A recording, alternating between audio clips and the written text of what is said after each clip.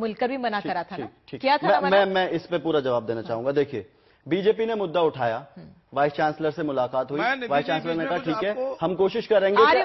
वकार साहब मैं अपनी बात पूरी कर दूं। वाइस चांसलर ने कहा ठीक है, अगर सौहार्दपूर्ण तरीके से कोई चीज हो सकती है, कोई काम ऐसा हो सकता है कि सौहार्द भी रहे और चीज भी हो जाए, तो उन्होंने वो बात कही वहां पे, ठीक है। लेकिन जब वो सौहार्द ही वहां का खत्म हो रहा है, आपको लगा कि सौहार्द नहीं रहेगा? देखिए जिस तरह से प्रोटेस्ट हो रहे हैं और बीजेपी जिस तरह से, बीजेपी के आप लोग, सौहार्द किस तरफ से नहीं रहेगा शहजाद? मैं ये जानना चाहती हूँ, वो सौहार्द जो छात्र हैं उनकी तरफ से नहीं रहेगा कि आपको अंदेशा है कि जो बीजेपी के जो लोग आएंगे वो मैं एक बात कहना चाहता हूँ, क्या सौहार्द किसकी तरफ से नहीं होगा? पूरी अलीगढ़ मुस्लिम यूनिवर्सिटी ने अभी तक ये नहीं कहा कि आप जो है उनका जन्म दिवस नहीं मनाएं, ठीक है, पहली बात। दूसरी चीज यह है कि आप जन्म दिवस मनाइए, लेकिन वो गुंडागर्दी करके नहीं कि बीजेपी के एमपी और जो बीजेपी के जिलाध्यक्ष हैं वो ये कहते हैं कि हम जो है जन्म दिवस मनाएंगे और सारे क्षेत्र से बीजेपी के कार्यकर्ता इकट्ठे करेंगे और उसके बाद यूनिवर्सिटी का जो बाबे सैयद गेट है उसमें घुस करके मनाएंगे। तो बीजेपी का ये बयान है, आप अपने क्षेत्रीय आप जिलाध्यक्षों से पूछिए बात।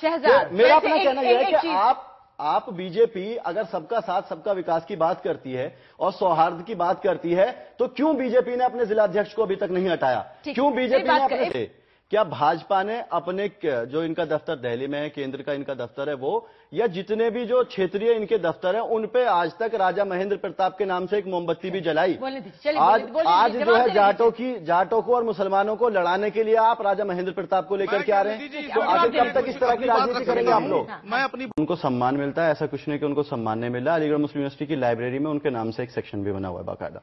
रही बात महापुरुषों को सम्मान देने की और योगदान देने की, तो बीजेपी अगर सांप्रदायिकता से हट के बात करे तो पहले बीजेपी को यह मुद्दा उठाना चाहिए कि निजाम हैदराबाद को सम्मान मिले, निजाम जो है नवाब छितारी को सम्मान मिले, नवाब जो है मुजम्मिल खां को सम्मान मिले, जिन्होंने 150, 200, 250 एकड़ जमीनें दी हैं।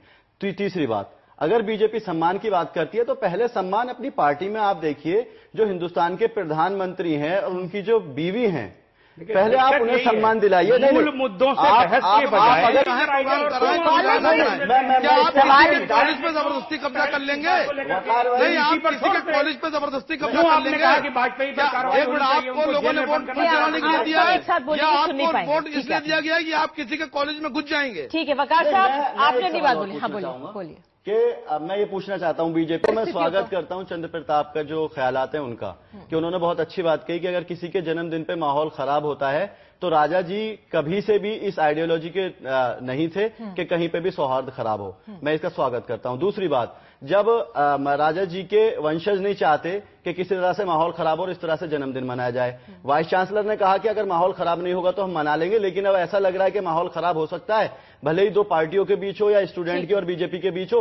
और वाइस चांसलर कह रहे हैं कि हम सौहार्द खत्म नहीं करना चाहते। मैं कहना चाहता हूं कि जब वंशज भी नहीं चाहते और वाइस चांसलर भी नहीं चाहते, तो आखिर बीजेपी को ऐसी कौन सी लालसा है? और बीजेपी की आइडियोलॉजी, बीजेपी ने तो अब कहा है, मैं बीजेपी की बात, आप बिना मतलब सियासत कर रहे हैं। वो कह रहे हैं इस तरह की सियासत से कोई राजनीतिक लाभ नहीं होने वाला। जो डेवलपमेंट हुआ उसके बाद फैसला लेंगे। तो